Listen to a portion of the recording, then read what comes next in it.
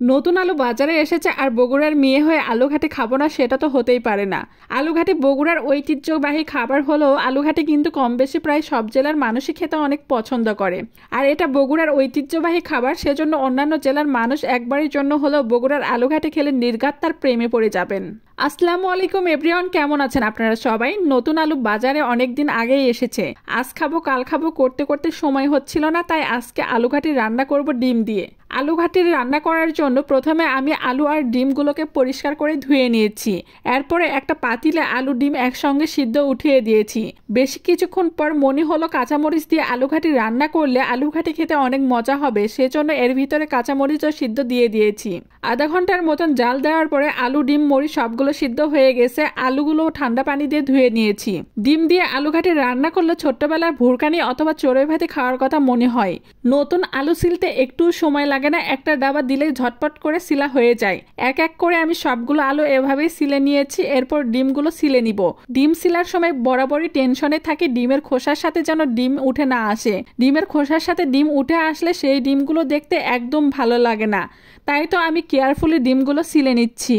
একটা একটা করে সবগুলো ডিম সিলে নেওয়া হয়েছে। আলু ডিম সবগুলো সিলা হয়ে গেছে। এরপরে মরিচগুলো বেটে নিব। গুঁড়া মরিচের থেকে কাঁচা মরিচ দিয়ে আলুঘাটি রান্না করলে দেখতে অনেক ভালো লাগে আর খেতেও অনেক মজা হয়। কথায় আছে না, আগে দেখতে সুন্দরী তারপরে না গুণ বিচারি। মরিচ বাটা আমার হয়ে গেছে, এখন আলু মেখে নিব।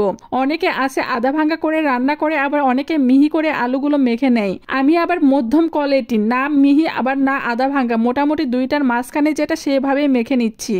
আলুঘাটি ডিম, গরুর মাংস, মাছ, দেশি মুরগি অথবা হাঁসের মাংস দিয়ে রান্না করলে খেতে অনেক মজা হয়। সবচেয়ে বড় কথা, আমরা বগুড়ার মানুষ, আলুঘাটি আমাদের ভীষণ পছন্দের একটা খাবার, তাই যেটা দিয়েই হোক না কেন আলুঘাটি আমাদের খেতেই হবে। এরপর একটা কড়াইয়ে তেল গরম করে নিয়েছি। এর ভিতরে পরিমাণ মতো হলুদের গুঁড়ো আর পরিমাণ মতো লবণ দিয়ে এর ভিতরে দিয়ে দিলাম সিদ্ধ করে রাখা ডিম। ডিম দিয়ে হালকা নেড়েচেড়ে ভেজে নিচ্ছি, বেশি ভাজবো না, এতে করে উপরের অংশ শক্ত হয়ে যাবে আর তখন খেতে একদম ভালো লাগবে না। তাই সামান্য পরিমাণে ওপরে ভাজা ভাজা হয়ে গেলে ডিমগুলো আমি উঠিয়ে নিলাম আর ডিম ভাজার তেলেই দিয়ে দিলাম পেঁয়াজ কুচি। পেঁয়াজ কুচি দিয়ে নেড়েচেড়ে ভেজে নিচ্ছি। পেঁয়াজ কুচি যখন হালকা ভাজা হয়ে আসবে তখন আমি এর ভিতরে দিয়ে দেবো দুইটা তেজপাতা। তেজপাতা দিয়ে হালকা নেড়েচেড়ে নিচ্ছি। তেজপাতা রান্নার সময় রান্নার স্বাদ বাড়ানোর জন্য প্রয়োজন হলেও খাওয়ার সময় সেটাই বিরক্তির কারণ হয়। এখন আমি এর ভিতরে দিয়ে দিব বেটে রাখা কাঁচামরিচ। এরপরে দিব 2 চা চামচ আদা রসুন বাটা। কাঁচামরিচ বাটা আর আদা রসুন বাটা ভালোভাবে পেঁয়াজের সাথে নেড়েচেড়ে মিক্সড করে নিচ্ছি। এর ভিতরে দিয়ে দিচ্ছি পরিমাণ মতো জিরার গুঁড়ো, পরিমাণ মতো লবণ, পরিমাণ মতো হলুদের গুঁড়ো। এক এক করে সবগুলো মশলা দিয়ে ভালোভাবে নেড়েচেড়ে মিক্সড করে নিচ্ছি। সবগুলো মশলা যখন মিক্সড করা হয়ে যাবে তখন আমি এর ভিতরে পরিমাণ মতো পানি দিয়ে মশলাগুলো কষে নিব। যে কোনো রান্না করার আগে মশলাগুলো যদি কষিয়ে রান্না করা যায় তাহলে সেই রান্না খেতে অনেক মজা আর সুস্বাদু হয়। এতে করে মশলার গন্ধটা থাকে না, একেবারেই রান্নার সাথে মিশে যায়। মশলাগুলো কষানো হয়ে গেলে এর ভিতরে মেখে রাখা আলুগুলো দিয়ে দিব। দিয়ে ভালোভাবে মশলার সাথে নেড়েচেড়ে মিক্সড করে নিব। কাঁচামরিচ দিয়ে আলুঘাটি রান্না করলে আলুঘাটি খুব সুন্দর একটা কালার চলে আসে আর দেখতেও অনেক ভালো লাগে। বগুড়ার মানুষ আলুঘাটি এত পছন্দ করে, তারা বিয়ে বাড়ি, বড় কোনো অনুষ্ঠান অথবা মল্লিশের বাড়ি বলেন, যে কোনো অনুষ্ঠানেই তাদের আলুঘাটির রেসিপিটা থাকবেই। আপনারা অন্য জেলার মানুষেরা যারা এখনো বগুড়ার ঐতিহ্যবাহী আলুঘাটি খাননি, তারা একবারের জন্য হলেও এই রেসিপিটা ট্রাই করে দেখতে পারেন, খেতে অনেক মজা। একবার রান্না করে খেলে বারবার খেতে চাইবেন। বিশেষ করে আলু শীতকালীন একটা সবজি, আর অন্যান্য সময়ের থেকে শীতের ভিতরে হাঁস খেতে অনেক ভালো লাগে।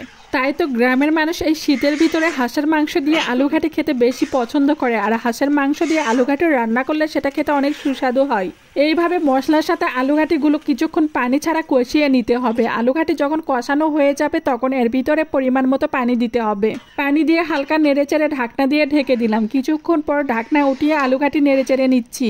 কিছুক্ষণ পর আলুঘাটি নেড়েচেড়ে নিতে হবে, না হলে কড়াইয়ের নিচে লেগে যেতে পারে।